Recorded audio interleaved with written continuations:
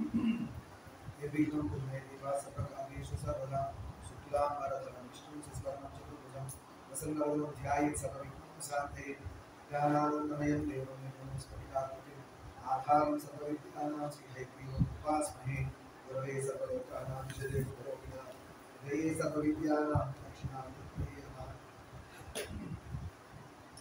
भागवतानुसंयुक्तो वाक्यप्रत्यये जगदन्तरं वन्दे पार्वती परमेश्वरं श्रुतिस्मृतिपुराणानाम् आलयं करुणालयं नमामि भगवत्पादशङ्करं लोकशङ्करं सर्वमङ्गलमाङ्गल्ये शिवे सर्वार्थसाधके शरण्ये त्र्यम्बके देवी नमोऽस्तुते माणिक्यवीणामुदालये मदालसा मञ्जुलवाग्विलासां माहिनीलां कोमलां मातङ्गकन्यां मनसा स्मरामि चतुर्भुजे से चौर्णदे पराशोभे जय सुभाषा सुभावहस्ते नमस्ते नमस्ते नमस्ते सदाशिवसमारम्भं श्रीशङ्कराचार्यमध्यमाम् अस्मदाचार्यपर्यन्तां वन्दे परम्पराम् नारायणसमारम्भां व्यासशङ्कराचार्यमध्यमाम् अस्मदाचार्यपर्यन्तां वन्दे परम्पराम् नारायणसमारम्भां शङ्कराचार्यमध्यमाम् अस्मदाचार्यपर्यन्तां सारदा सारदा भोजवदना मुझे सर्वदा सर्वदा स्माकं सन्निधिं वन्दे सद्गुरुमां सुरगुरुं वन्दे जगत्कारणं वन्दे कुन्दगभूषणं जगद्धरं वन्दे वसूनाथं वन्दे सूर्यशशाङ्कमहिनयनं वन्दे मुकुन्दप्रियं वन्दे भक्तजनाश्रयं चरणं वन्दे शिवं నిన్నటి రోజు మనం వర్ణ ఆశ్రమ ధర్మాల గురించి తెలుసుకున్నాం. వర్ణాలు ఆశ్రమాలు. ఆశ్రమాలు అంటే బ్రహ్మచర్యం, గృహస్థం, వానప్రస్థం, సన్యాసం. అందరూ నోట్స్ తెచ్చుకొని మీరు నోట్ చేసుకుంటుంటారు. ఎందుకంటే ఇవన్నీ బయట వేరే కోసం ఫారెన్లో అంతా ఇవి నేర్పించడానికి వేలు తీసుకొని ఖర్చు పెట్టి నేర్పిస్తున్నారు పిల్లలకి. సార్లు గురువుల దగ్గర పేరెంట్స్ డబ్బులు కడుతున్నారు ఇవన్నీ నేర్చుకోవడానికి. శ్లోకాలు ఇవన్నీ తెలుసుకోవడం కోసం డబ్బులు ఇచ్చి తెప్పించుకుంటున్నారు గురువుల్ని. అలానే డబ్బులు ఇచ్చి నేర్చుకుంటున్నారు.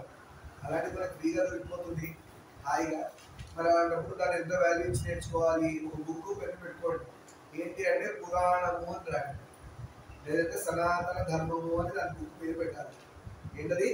సనాతన ధర్మము.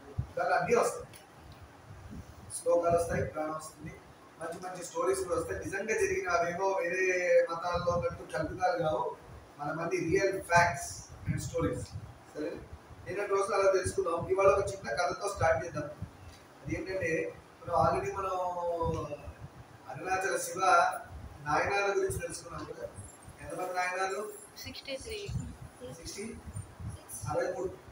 నాయనాల కథలు తెలుసుకున్నాం. దానిలో ఒక ఆయన ధూపం వేస్తాడు బాగా. ఒక నాయన శివుడికి రోజు ధూపం వేసి వేసి వేసి వేసి ఆఖరి తన ఆస్తంతా ధూపాలకి వెళ్ళిపోతుంది. తన ఆస్తంతా అమ్మేసి కూడా గుగ్గిలో తెచ్చేవాడు, తెచ్చి శివుడికి వేసేవాడు. అందుకంటే గుగ్గిల నాయన అన్నారు. ఆయన వేసే లక్షణం బట్టి గుగ్గిలం వేసేవాడు. గుగ్గిలం అంటే సాంబ్రాణి లానే ఉంటుంది. అది గుగ్గిలం వేసేవాడు. శివుడికి బాగా ఇష్టం అని. ఆస్తి పోయింది మొత్తం గుగ్గిలానికి కొండం వేయడం. ఆఖరి రోడ్డు మీద వచ్చే స్టేజ్ అయినా కూడా అమ్మేసి గుగ్గిలం వేశాడు శివుడికి. రీతిగా ఉంటుంది. శివుడు ప్రత్యక్షమై ఆయన్ని తనలో కలుపుకున్నాడు.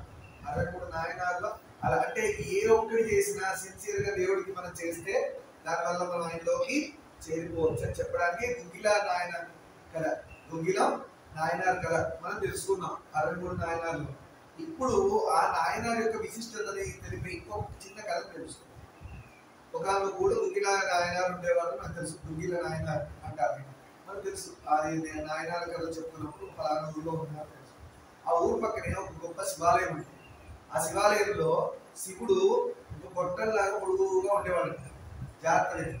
శివుడు ఎలా ఉండేవాడు? పొడుగు లింగంగా ఉండేది, పొడుగు గొట్టంలాగా. అయితే ఇలాంటి చిన్నపిల్లలు ఎవరో ఆ శివలింగాన్ని మీరు పువ్వు పెడదామని వెళ్ళింది. చిన్న పాప పెడదామని వెళ్తే అందట్లేదు. పాప ట్రై చేసింది, ఇట్లా అన్నది, అట్లా అన్నది, చిన్న పాప మేబీ అని చిన్నపిల్లలా ఉంది. ట్రై చేసిన అయితే అందట్లేదు.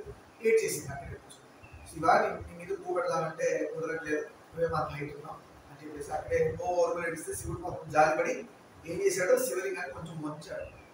శివలింగం ఎలా ఉందంటే ఇట్లా యూ బెండ్ అయింది. అంత పెద్ద గొట్టంలో ఉన్న శివలింగం ముందు తలకాయ ఇలా వంచాడు. చిన్న పాపకి నాయి శివుడు నాకు సొంగాడే భలే భలే అనుకుంటే ఏం చేసింది, ఆ పూలు తీసి శివలింగం పెట్టి ఆడుకోవడానికి వెళ్ళిపోయింది. ఇప్పుడు ఇది ఏమైంది, ఈ శివలింగం వంగగానే శివుడు ఇక్కడ వంగినప్పుడు లోపల ఉన్న శివుడు కూడా వంగాలిగా.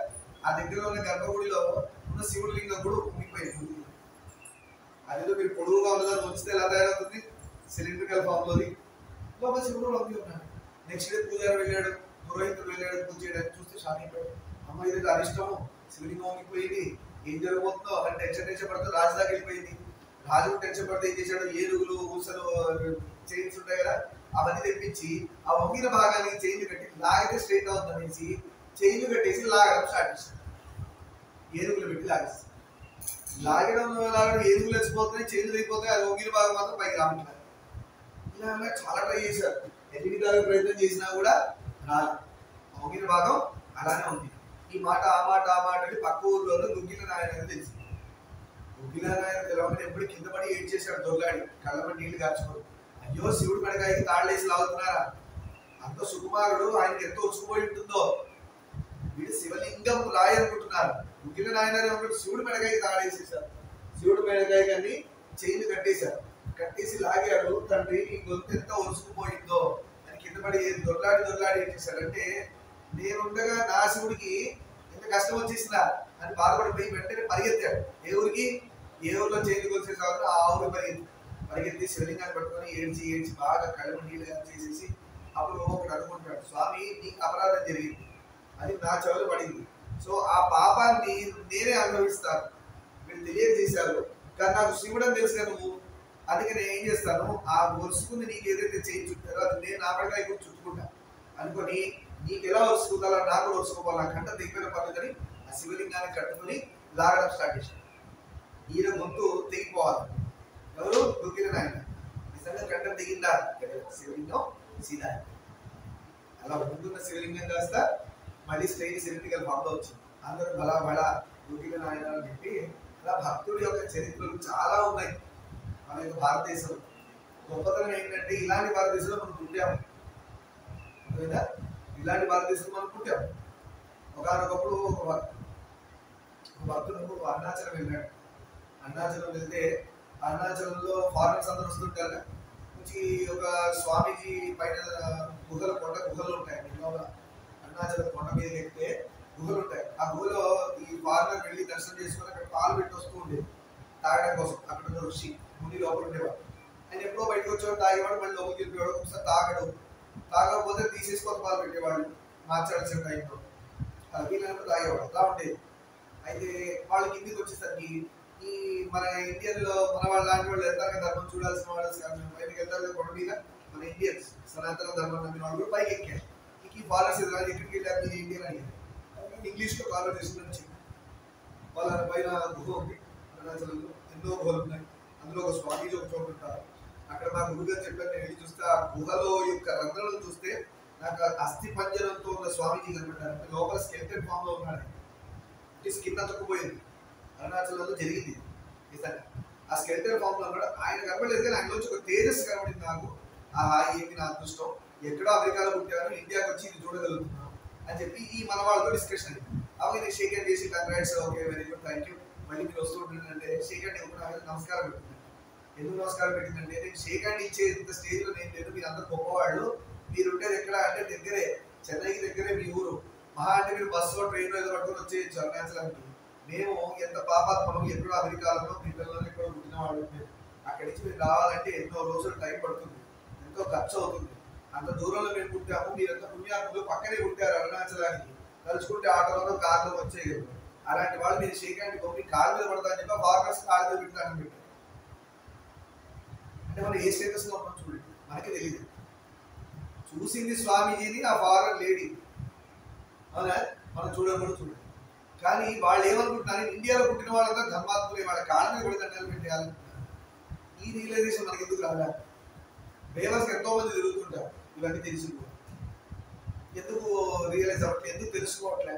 అరుణాచలం అంటే అలాంటిది. ఖచ్చితంగా జీవితంలో మనం పెట్టుకుంటే సంబంధం అరుణాచలంతోనే సంబంధం పెట్టుకోవాలి. దేనితో ఉన్నా లేకపోయినా పర్లేదు, ఊడిపోయినా పర్లేదు. నేను పెళ్ళయిందా, భార్య పిల్లలు తీసుకుని అరుణాచలం పోవాలి. రేపు పొద్దున భార్య వెళ్ళిపోయాడు, హస్బెండ్ మిగిలిపోయాడు, హస్బెండ్ వెళ్ళిపోయాడు, భార్య మిగిలిందా, అరుణాచలమే. పిల్లలు ఉన్నారా, పిల్లలు వేసుకోపోవాలి. కొన్ని పిల్లలు తల్లిదండ్రులు ముసలోళ్ళు అయ్యారా, మీరు పట్టుకోండి తల్లిదండ్రులు. అరుణాచలం. మన జీవితంలో ఉన్న ప్రాణం ఈ శరీరం ఊడి పడిపోయే వరకు కూడా అరుణాచలం. అలా వెళ్తూ ఏంటంటే మనలో మనిషి లక్షణాలు బయటికి రావాలి. మరి ఇంకా పేరుకు మనుషులం మనం. నిజంగా మనిషి లక్షణాలు ఉన్నాయని ఒక్కటి లేదు. ఎవరు నేర్పిస్తే సంతోషం, కింద పెడితే వీడియోలు తీస్తారు, నేర్తారు. అవునా?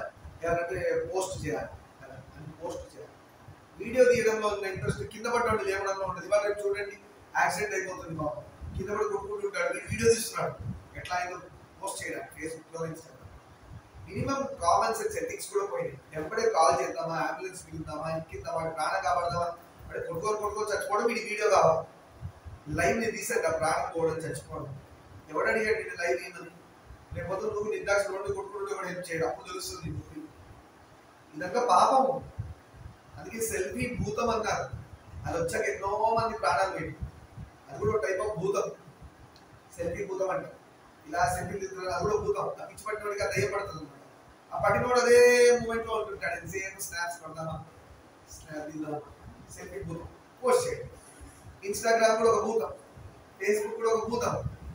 అన్ని భూతాలే. ఎందుకు అంటున్నావు? మీరు దానిలోంచి బయటికి రాలేకపోతారు. చూసారా, అది మిమ్మల్ని పట్టేసుకుంది. మీరు రాలేకపోతున్నారు దానిలోంచి బయటికి. అంటే మీ కంట్రోల్ పోయింది. అదే వాటి శక్తి. మీకు నమ్మచ్చు, నమ్మకపోవచ్చు. అదేంటి సార్ ఇన్స్టాగ్రామ్ భూతం ఏంటి, ఫేస్బుక్ భూతం అంటారేంటి? మాట్లాడండి. ఫేస్బుక్ భూతం అంటారేంటి అంటే, ఇప్పుడు మీకు పీల్చే గాలి కూడా భూతమే. భూతం అంటే ఏంటి? ఏదో కూర పెట్టుకొని దెయ్యాలా ఉంటాయని కాదు.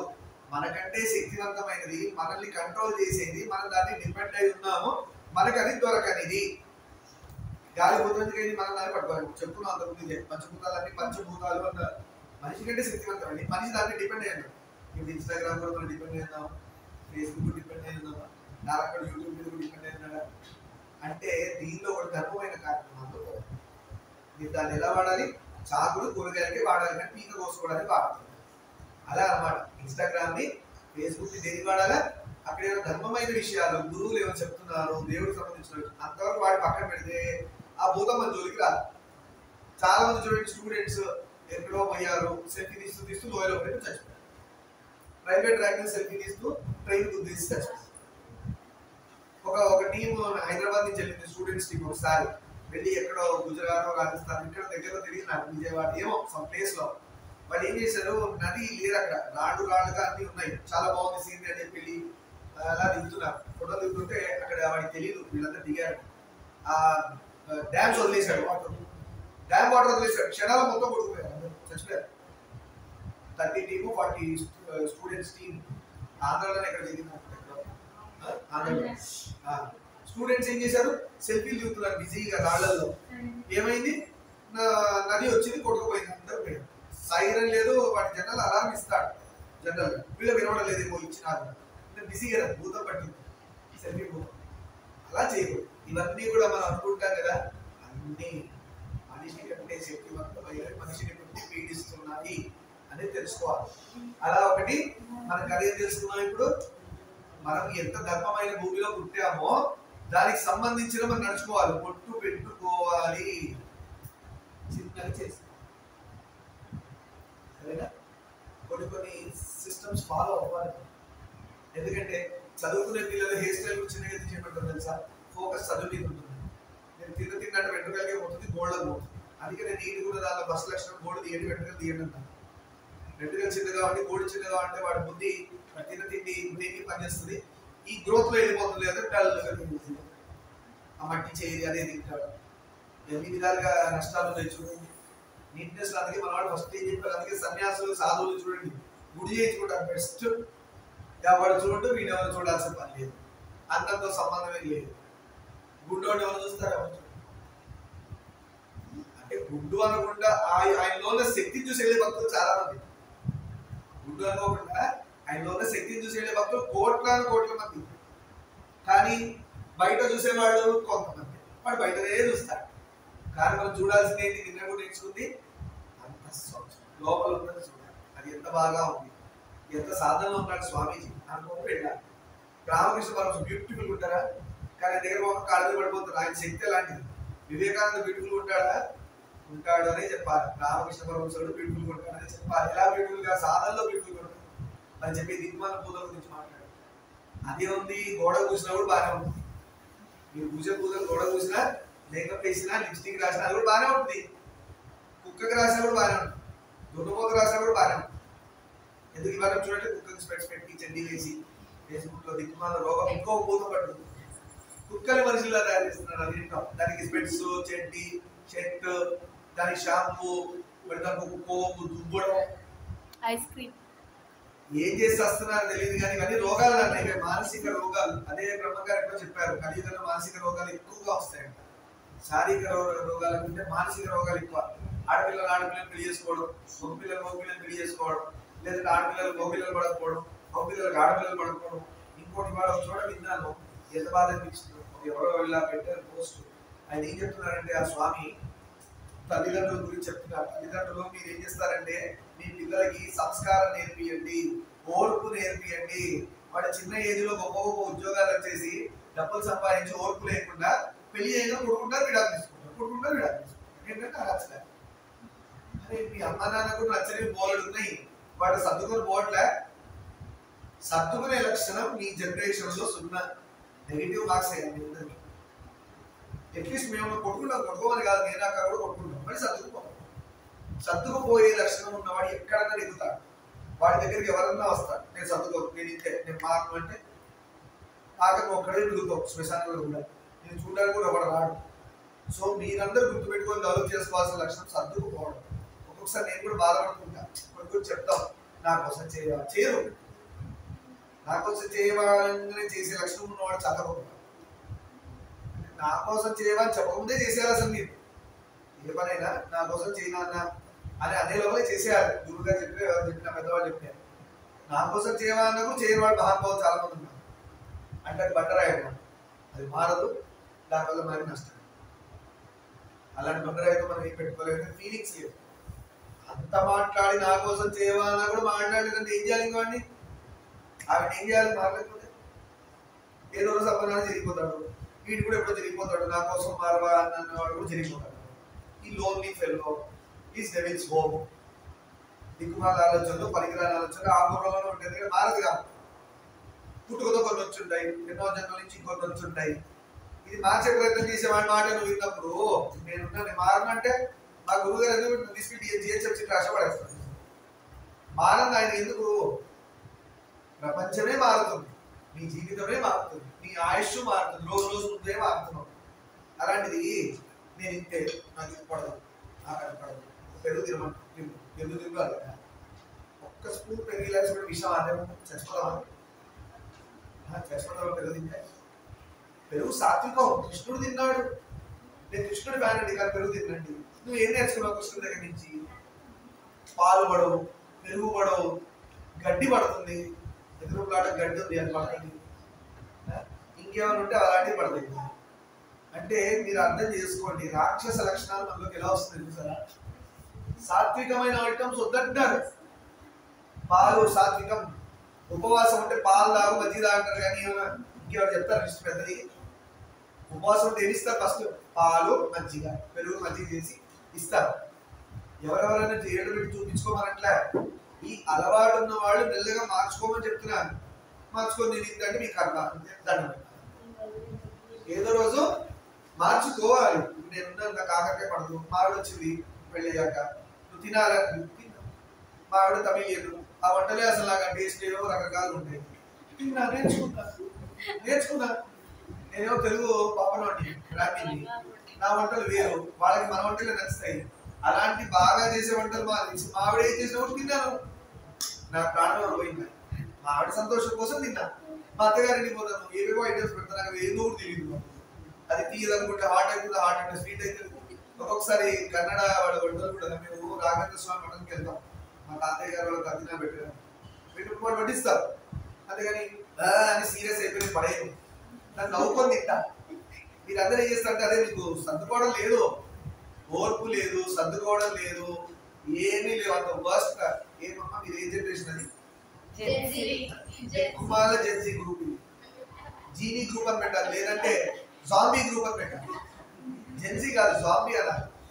ఎందుకు నాన్ సెన్స్ జెన్సీ అంటే ఏం చేయడానికి జెన్సీ అదేదో రేసర్ ప్లేట్ పేర్లా ఉన్నట్టుంది షేవింగ్ చేసుకునే ప్లేట్ పేర్లా ఉంది జెన్సీ ఏం చేయడానికి జెన్సీ నిజంగా ఏం చేయడానికి జెన్సీ ఒక సాధన తెలియదు పాడు తెలియదు నీకు ఏం తెలుసు ఐడియా ఒకటి తెలుసు ఆ బొమ్మలకి అది ఏదో తెలుసు ఆ బొమ్మ బ్యాటరీ డౌన్ అయితే మీ బ్యాటరీ డౌన్ మీకేం రాదు కాదు రేపు పొద్దున అడిగి తిన్నాడంటే ఇక్కడ కూర్చొని బట్టలు వస్తుంటే అది తెచ్చి నోట్లో పెట్టాలా ఆ బట్టలు పని చేయకపోతే చచ్చాడు వీడు వండుకోవడం రాదు బియ్యం ఉత్తి తింటాడే ఉన్నాడు పొద్దున ఎందుకంటే బొమ్మ రాదు కదా కొద్దితే ఏఐ బొమ్మనే తీర్చబడి పడిపోతుంది ఎప్పుడో మీ పనులు చేసి ఏం లాభం జెన్సీ అంటే ఏం జెన్సీ అదే అంట రేజర్ ప్లేట్ పేరులో ఉంది మాకేం పేరు పెట్టారు అందుకే పోయింది మంచి మంచి పనులు మంచి మంచి మనుషులందరూ ఇది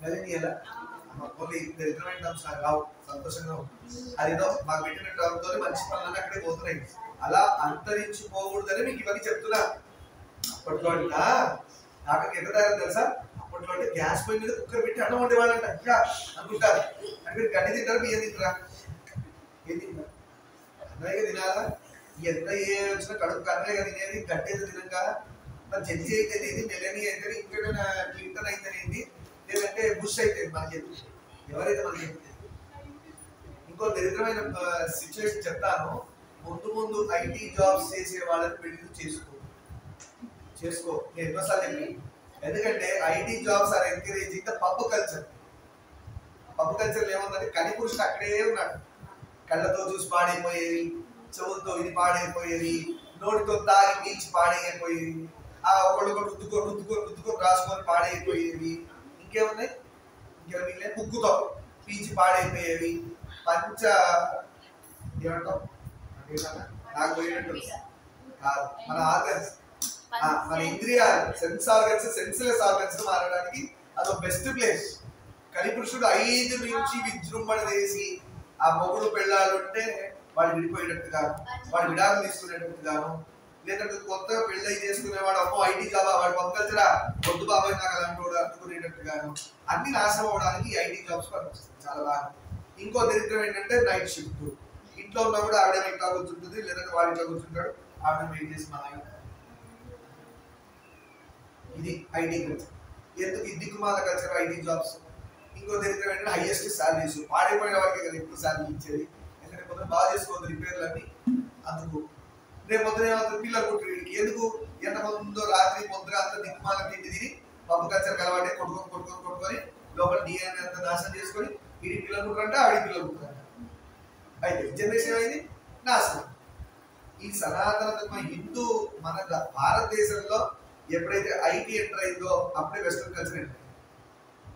కోరి దీన్ని మనం వదిలించుకోవాలి. చీడ పట్టింది.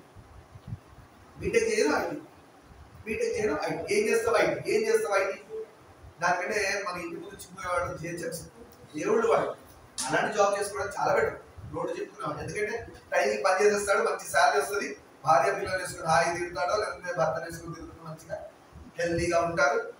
కోవిడ్ టైంలో నిజంగానే ఎక్కువ సఫర్ అయింది ఐటీ వాడు. రోగాలు ఎందుకంటే కంప్యూటర్ ఉంటాయి కదా, ఫిజికల్ స్ట్రెయిన్ లేదు. కన్స్ట్రక్షన్ వర్కర్స్ లేబరర్స్ వీళ్ళందరూ చాలా స్ట్రాంగ్ గా ఉన్నారు. స్టామినాతో వాళ్ళ డెత్ రేట్ చాలా తక్కువ ఉంది. ఎందుకు? అది మనకు సంబంధించిన భారతదేశానికి సంబంధించిన వర్క్స్ అవన్నీ. ఇది ఫిజికల్ స్ట్రెయిన్ సంబంధించిన వర్క్స్. ఐటీ అంతా మెంటల్, అందుకే మెంటల్ వాళ్ళు అయిపోతున్నారు. నన్ను అడిగితే పర్సనల్ గా సజెషన్ ఐటీ జాబ్స్ లో పోవద్దని చెప్తాను. పోతే ఏంటి జీవితం అంతే వేస్ట్. సరే అక్కడికి చెప్పుకుందాం. ఇంకొకటి కథ చిన్నది. ఇది అప్పట్లో చూడండి ఎథిక్స్ అండ్ మోరల్స్ ఎంత బాగా పేరెంట్స్ చెప్పేవాళ్ళు. రవీంద్రనాథ్ ఠాగూర్ చిన్న ఉన్నప్పుడంట ఒకసారి ట్రైన్ లో ప్రయాణం చేసి వచ్చారు. వాళ్ళ నాన్న డబ్బులు ఇచ్చారు. ఇస్తే ట్రైన్ లో ప్రయాణం చేసి వచ్చారు. ఆయన యాక్చువల్ ఆ టైంకి ఫుల్ టికెట్ తీసుకోవాలి, కానీ ఆయన ఏం చేశారంటే హాఫ్ టికెట్ తీసుకొని డబ్బులు సేవ్ చేసుకొని ఇంటికి వచ్చారు. వచ్చి వాళ్ళ నాన్నగారికి డబ్బులు ఇచ్చారు. నాన్నగారు కొన్ని మిగిలిన డబ్బులు అంటే వాళ్ళ నాన్నగారు డబ్బులు ఎక్కువ పెట్టుకుని అది ఇంట్లో ఎక్కువ ఉన్నాయి, నిజంగా చెప్పాలని ఇంటి మిగలకూడదే అని అన్నాడు. లేదు నాన్నగారు నేను తెలివిగా ఏం చేశారంటే ఇది జాగ్రత్తగా వినండి, వాయ్ చిన్నడా సౌండ్ ఇక్కడ విను, ఇది అర్థమైన స్టోరీ అయ్యా కొంచెం పక్కగా మోన్ చూపి. అయితే మనం ఇట్లా దొంగలు చేస్తుంటాం. అప్పట్లో రవీంద్రనాథ్ ఠాగూర్ చేశారు కాబట్టి మన నాన్న చూడండి ఎంత రోల్ మోడల్. ఇవాటికి రవీంద్రనాథ్ ఠాగూర్ ఎప్పటికీ రవీంద్రనాథ్ ఠాగూర్ అంటే ఒక రోల్ మోడల్. ఆయన క్యారెక్టర్, ఆయన యొక్క వ్యక్తిత్వం అంత సూపర్. అలా తయారవ్వాలి మనం. జెన్జీ నాన్సెన్స్ నోట్స్ పేరు పెట్టుకున్నట్టు అలా తయారు బేకారు కదా. సరే, ఒక రవీంద్రనాథ్ ఠాగూర్ చూడండి చిన్నప్పుడు అలా చేసి వస్తే వాళ్ళ నాన్నగారు చూసి ఏమైనా ఆయన ఎందుకు ఎక్స్ట్రా మిగిలిన డబ్బులు అంటే, నాన్నగారు నాది ఫుల్ టికెట్ యాక్చువల్గా నేను తెలియక ఏం చేశాను డబ్బులు మిగిల్చుకొని హాఫ్ టికెట్ వచ్చాను అని చెప్తే, నువ్వు చేసింది తప్పురా అని చెప్పాను. నాన్న చెప్పాడు. అందుకని నా పిల్లాడు నా బంగారే నా కోసం డబ్బులు మిగిల్చాడంటే రేపు ఇంకో బ్యాంక్ కొట్టుకొస్తాడు, దీంతో పాటు వీడిని పట్టుకెళ్తారు వాడిని పడుకుంటారు కదా. అందుకని వాళ్ళ నాన్నగారు ఏమన్నారంట, తప్పురా ఇది తప్పు, ఎందుకు నువ్వు ఫుల్ టికెట్ అన్నప్పుడు ఫుల్ టికెట్ అంటే గవర్నమెంట్ ఈ రోజు మోసం చేసావంటే ఈ అలవాటు నీకు రేపు పొద్దున ఎన్నెన్ని మోసాలు చేయిస్తున్నావు అని చిన్నప్పుడు ఆ చీడని అక్కడికి కట్ చేశారు. ఇవన్నీ పేరెంట్స్ దుమ్మి నీళ్లు పోసి ఆ చీడతో పాటు మొక్కలు కూడా పెద్ద పెంచుతున్నారు. అందుకే డ్యామ్స్ పడిపోతున్నాయి, బిల్డింగ్లు పడిపోతున్నాయి, పేషెంట్లు చచ్చిపోతున్నారు డాక్టర్ల చేతుల్లో, చాలా చాలా రకరకాలుగా ఉన్నారు. ఎందుకంటే అదే పెంచి పోషిస్తున్నాం మనం. ఆ రోజున రవీంద్రనాథ్ ఠాగూర్ ఆయన తండ్రి గారు ఏం చేశారు, దేవేంద్రనాథ్ ఠాగూర్ ఆయన ఏం చేశారు, మళ్ళీ డబ్బులు ఫుల్ టికెట్ ఇచ్చి, ఏదైతే ఫుల్ టికెట్ పోవాలి కదా ప్లస్ హాఫ్ టికెట్ లో ట్రావెల్ చేసినందుకు ఫైన్ వేస్తారు కదా రైల్వేస్ వాళ్ళు తప్పు చేసినందుకు, ఆ డబ్బులు ఇచ్చి మొత్తం అన్ని తీసుకెళ్ళి కట్టి రమ్మని రిసీట్ తీసుకొచ్చి చూపించుకున్నారు. రవీంద్రనాథ్ ఠాగూర్ మళ్ళీ రైల్వే స్టేషన్ పోయి, ఇప్పుడు అర్థమైంది నాన్న ఎందుకు కలుస్తాడు పర్ఫెక్షన్ కోసం, నాన్న గురువు పర్ఫెక్షన్ కోసం అమ్మ పర్లే ఏ ఊరికే పంపిస్తారు, నాకు మీరు పోయిరండి అంటారు అమ్మ. ఎందుకంటే పిల్లాడు పాడవడానికి కారణం అమ్మహస్తం కూడా ఉంటుంది, కొంచెం లాడ్ చేస్తుంది కదా, పంపిస్తారు అంటే లాడ్ చేసి పాడు చేస్తుంది. అందుకే కొన్ని కొన్ని చోట్ల నాన్న మాట కరెక్ట్. ఏం చేశాడు, పంపించాడు, పోయి fine plus full ticket fair కట్టి రిసీట్ తీసుకొచ్చాడు. ఈ రోజుకి ఎప్పటికీ రవీంద్రనాథ్ ఠాగూర్ జీవితంలో అలాంటి సంఘటనలు జరగలేదు. అది పేరెంట్స్ అట్లా నిలబెడతారు పిల్లలు. పేరెంట్సే డిసిప్లిన్, కొట్టుకొచ్చేరా ఎత్తుకొచ్చేరా ఎక్కడ తీసుకొచ్చేయి, ఈజియెస్ట్ మెథడ్ లెర్నింగ్ చెయ్యి. అందుకే చస్తున్నారు అందరు బయట, కష్టపడి చెయ్యి అని చెప్పే పేరెంట్స్ ఎవరు లేరు. ఈజీ కావాలి, అన్నీ ఈజీ. ఎందుకు ఈజీ, చచ్చడిపోవడం కూడా ఈజీగా తెచ్చుకుంటారా, చాలా ఈజీ తెచ్చుకోవాలి మావాడు అన్నట్టు రాంగ్ కదా. పేరెంటింగ్ లోపం కూడా ఇలా చేయదు. ఒక రవి అందుకనే పెద్ద పెద్ద వాళ్ళ కథలు చదవమన్నారు, వీళ్ళకి హిస్టరీస్ తెలుసుకోమన్నారు. దానివల్ల ఏంటంటే మన వ్యక్తిత్వం స్ట్రాంగ్ అవుతుంది, మనం చాలా స్ట్రాంగ్ గా నిలబడతాం. ఇలాంటి దొంగ పనులు చేయము. హాఫ్ టికెట్ ఫుల్ టికెట్ కి ఒక 50 రూపాయలకు 100 రూపాయలకి అంత కకృతిగా మనం మోసం చేయాలా. ఒక రాయల్టీ ఉండద్దు, రాయల్టీ ఉండదు కదా. ఇంకొంతమంది రేషన్ బియ్యం తెచ్చి అమ్ముకుంటారు, గవర్నమెంట్ ఫ్రీగా రేషన్ బియ్యం ఇస్తుంది, దాన్ని అమ్ముకునేది ఏంటబ్బా. తీసుకోవడమే తప్ప సార్. ఫస్ట్ 5,000 10,000 సాలరీ ఇచ్చిన వాడు రేషన్ బియ్యం తీసుకోకూడదు. సో నువ్వు తీసుకున్నావే అనుకో, నువ్వు తీసుకొని ఇంట్లో నువ్వు రొట్టె చేసుకుంటావు, దోశలు చేసుకుంటావు, ఏదో చేసుకుంటూ వడియాలు పెట్టుకుంటావు, తింటావు, తింటున్నావు, దేవుడు ఇచ్చింది ఏదో నా కోసం అని చెప్పి అనుకో. కొంచెం ఆవు వస్తే ఆవుకు పెట్టు, మొత్తం నువ్వే 9 లేకుండా రేషన్ రైస్ కొంచెం ఆవుకు పెట్టు, కొంచెం పక్షులు పెట్టు, అన్నం వండి కుక్కకు పెరగానే కలిపి పెట్టు, కొంచెం నువ్వు ఇప్పుడు ఓకే అంటాడు దేవుడు కూడా. పోలీ ఫ్రీగా వచ్చిన దాన్ని తనతో పాటు అందరితో పంచుకున్నాడు రా. ఈ దరిద్రాలు పోయి దీన్ని అమ్మి ఆ డబ్బులు కూడా వీడి బ్యాగ్లో వేసుకుంటాడు. వీడికి ఎలాంటి రోగాలు వస్తాయి లాస్ట్ లో, ఈ డబ్బులన్నీ పోయే రోగాలు వస్తాయి. ఎలా వచ్చిందో అలా పట్టుకుపోతుంది కదా. చాలా మంది లక్ష్మీ కటాక్షం అంటారు. లక్ష్మీ కటాక్షం అంటే డబ్బులు కట్టలు కట్టలు ఇంట్లో బ్యాంకులో ఉండడం కాదు, గుర్తుపెట్టుకోండి. లక్ష్మీ అమ్మవారి ఇంట్లో ఉందంటే కట్టలు కట్టలుగా బ్యాంకులలో పోతుంది. నేను కోటీశ్వరునండి, నేను 10 కోట్లు ఉన్నాయి ఇంట్లో, ఈ సోదంతా వినొద్దు మీరు. లక్ష్మీ కటాక్షం ఎవరు అంటే వాడి బుద్ధిలో ఉంది. ధర్మంగా ఉన్నవాడు లక్ష్మీ కటాక్షం ఉన్నవాడు, ధర్మంగా లేనివాడు లక్ష్మీ కటాక్షం లేనివాడు. ఒక గాలి జనార్దన్ రెడ్డి ఏమైంది అని కోటీశ్వరుడు, లోపల ఉన్నాడా లేదా, ఎన్ని కోట్లు ఉన్నా కూడా. ఒక విజయ్ మాల్యా పారిపోయాడా లేదా, కోటీశ్వరుడు. ఏమైంది, లక్ష్మి చాలా ఉంది కదా కట్టలు కట్టలు, వాడి బుద్ధిలో లక్ష్మీదేవి. ఐశ్వర్యవంతుడు అంటే ఎవరంటే ధర్మమైన బుద్ధి కలవాడు ఐశ్వర్యం. వాడు రూపాయి తిన్నా సంతోషంగా ఉంటాడు, వాడి 10 రూపాయలు వాడి దగ్గర ఉన్నా సంతోషంగా ఉంటాడు. కానీ కోట్లు కోట్లు మోసి ఎక్కడో పారిపోయి దొంగలాగా ఎక్కడో దాక్కుని మళ్ళీ రాలేక పోలేక చావలేక బ్రతకలేక. ఇది కాదు నాన్న, లైఫ్ లో గుర్తుపెట్టుకోండి, డబ్బు మీ దగ్గర కట్టలు కట్టలు ఉండడం కాదు, అది ధర్మంగా ఉండాలి, మీరు హాయిగా స్పెండ్ చేయగలగాలి, పోగు చెయ్యకూడదు. పేరెంట్స్ బాగా మంది నేర్పించేది ఒక డబ్బు చెప్తే జమది 10 కోట్లు 100 కోట్లు చెయ్యి. కొంతమంది అందరూ కాదు, మహానుభావులు కూడా ఉన్నారు, పేరెంటింగ్ బాగా చేసే వాళ్ళు ఎంతో మంది ఉన్నారు. వాళ్ళందరికీ నమస్కారం. పాడు చేసే పేరెంట్స్ కూడా మళ్ళీ మళ్ళీ ఎందుకు 10 కోట్లు ఉన్నాయి అన్ని జన్మలు ఉంటావా, అన్ని రోజులు ఉంటావా? 10 కోట్లు ఏం చేసుకుంటావు? బ్యాంక్ కూడా పెట్టిపోయావు, అందరూ పోయారు, బ్యాంక్ కూడా వచ్చినాయి 10 కోట్లు. నువ్వు జీవితాంతం కష్టపడి పెట్టింది బ్యాంక్ కూడా రానికా? బ్యాంకులో మనిషి అది పెద్ద అసోసియేషన్, దానిలో ఎంతో మంది చేతులు ఉన్నాయి, డబ్బాలని పడుతుంది.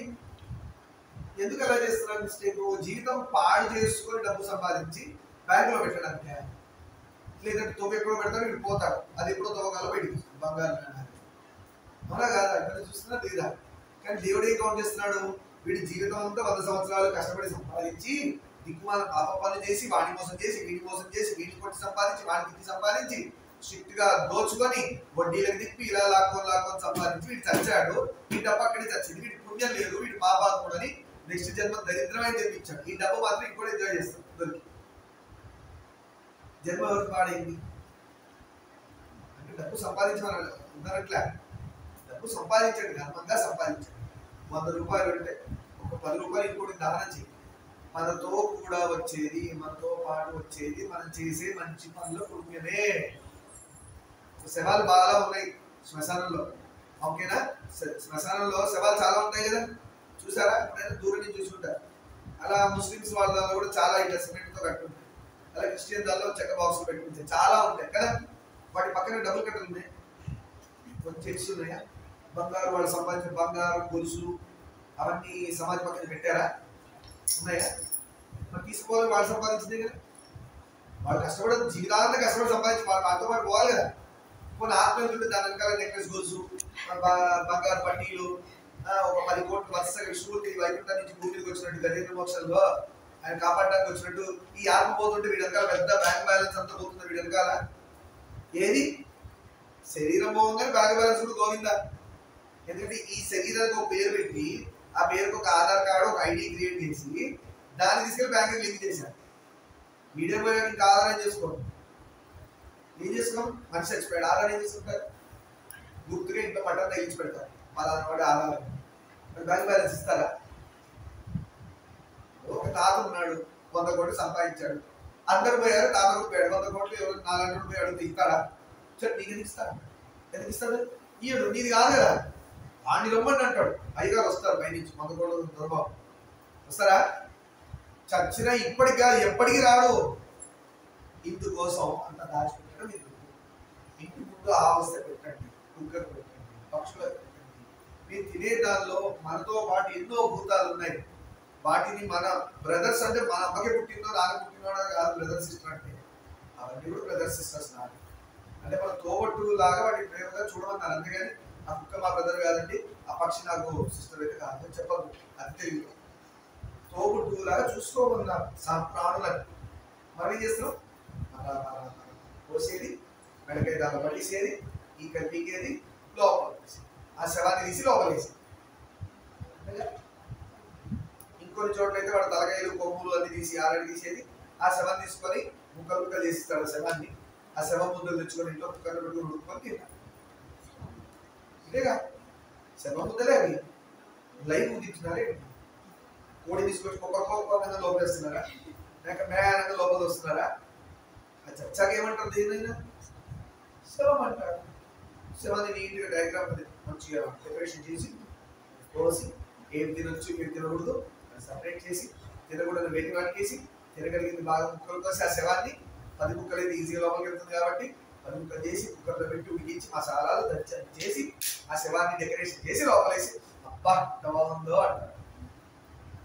అంటే లోపల ఏముంది? శ్మశానం. కొట్టాను దాన్ని శ్మశానం అంటారు. శ్మశానంలో శివాలే ఉంటాయి. నేను జోక్ చేయట్లేదు, మీ కార్డు చూడండి. శ్మశానాలు ఏముంటాయి? తిరిగే వాళ్ళు ఉంటారు, అటు ఇటు లోపల తిరుగుతుంటారు. అటు ఇటు శ్మశానాలు వాకింగ్ చేస్తారా? చచ్చిపోయిన శవాలు చేసి వాకింగ్ చేస్తారు. ఎవరు కూడా చేస్తే మనం పోతాం, అందుకే అవి చేయవు. ఒక్కసారి ఆలోచించండి, మన కడుపు శ్మశానం అయింది, వీడి దేవుడి గుడికి పోతాడు, శ్మశానాన్ని తీసుకొని దేవుడి గుడికి పోతే అపవిత్రంగా. ఇక్కడ శ్మశానంలో దేవుడి గుడి ఉందా? ఉందా? దేవుడి గుడిలో శ్మశానం ఉందా? మరి మన శ్మశానం తీసుకుని ఎందుకు పోతున్నావు దేవుడి గుడికి? అసలు పోనే పోకూడదు వాడు. నువ్వు లోపల కాలు కూడా పెట్టకూడదు గడపలో. అందుకనే శాస్త్రం అంటే ఆమెస్తున్న వాళ్ళు నేను తిప్పట్లేదు, వాళ్ళు శ్మశానం చేసుకుంటారో కుక్కడు పెట్టుకుంటారో వాళ్ళ ఇష్టం. నేను తినట్లేదు కాబట్టి మనం మాట్లాడుతున్నా అనొచ్చు, వాళ్ళ ఇష్టం. నేను చంపుకొని తిన్నా కూడా స్వతంత్రం ఉంది. గవర్నమెంట్ చంపద్దండి, దుప్పిలు నెమళ్ళు చంపితే మాత్రం లోపేస్తారు. ఏది గవర్నమెంట్ చేసినా చంపుకొని తినండి, ఎందుకంటే అలా చంపుకొని తింటుంటే అవి కొంచెం తగ్గుతుంటాయి, వాటి ప్రొడక్షన్ కూడా ఎక్కువ అవుతుంది కాబట్టి. అలా అప్పట్లో రాక్షసులు చంపుకొని తిన్నారు, రకరకాల మనుషులు చంపుకొని తింటారు. దాన్నేం అనట్లే నేను, ఎవరి ఇష్టం వాళ్ళు. అమ్మాయి నేనేం అనట్లే, చికెన్ తినేవాళ్ళు, మటన్ తినేవాళ్ళు, మీకు ఇష్టమైన మీరు తినండి, పౌష్టికాహారం దానిలోనే ఉంది, ఆ శరంలోనే పౌష్టికాహారం ఉంది. సో అది మనం తినాలి. తింటేనే పాపం ఇది చెట్టు వేస్ట్, జీడిపప్పు వేస్ట్, కిస్మిస్ వేస్ట్, బాదాం వేస్ట్, ఆక్రోనెట్, ఆ నట్టు ఈ నట్టు అన్ని వేస్టే. మేకలోనే, ఒక చేపలోనే, కోడిలోనే ఉంటుంది పౌష్టికం. విచిత్రం చూడండి, ఇది మీకు చెప్తే తేడా కనిపిస్తుంది. ఈ నాన్ వెజ్ తినే వాళ్ళందరూ మేక తింటారు. మేక ఏం తింటుంది? ఇంకో మేక తింటుందా, కోడి తింటుందా? ఆకులు తింటుంది. అంటే నాన్ వెజ్ తినే వాళ్ళందరూ తినే నాన్ వెజ్ తినే ఐటమ్స్ వెజ్ అయి కూర్చుంది. ఒకసారి అబ్జర్వ్ చేయండి, కోడి ఏం చేస్తుంది? పప్పులు తింటుంది. మహా అంటే చిన్న చిన్న ఇన్సెక్ట్స్ ని తింటుంది. ఓకే, ఇన్సెక్ట్ పెద్ద నాన్ వెజ్ ఐటమా? ఇన్సెక్ట్ 65, ఇన్సెక్ట్ 25 అట్లా ఉందా? చిన్న చిన్న పురుగులు. ఆ చిన్న చిన్న పురుగులు ఏం తింటాయి? గడ్డి పరకలు, ఆ భూమి మీద ఉన్న పొలం గ్రెయిన్స్ తింటారు. అవి అంటే వెజ్ మీదనే డిపెండ్ అయ్యింది. బేసిక్ గా ప్రతి జీవి వెజ్ మీదనే డిపెండ్ అయింది.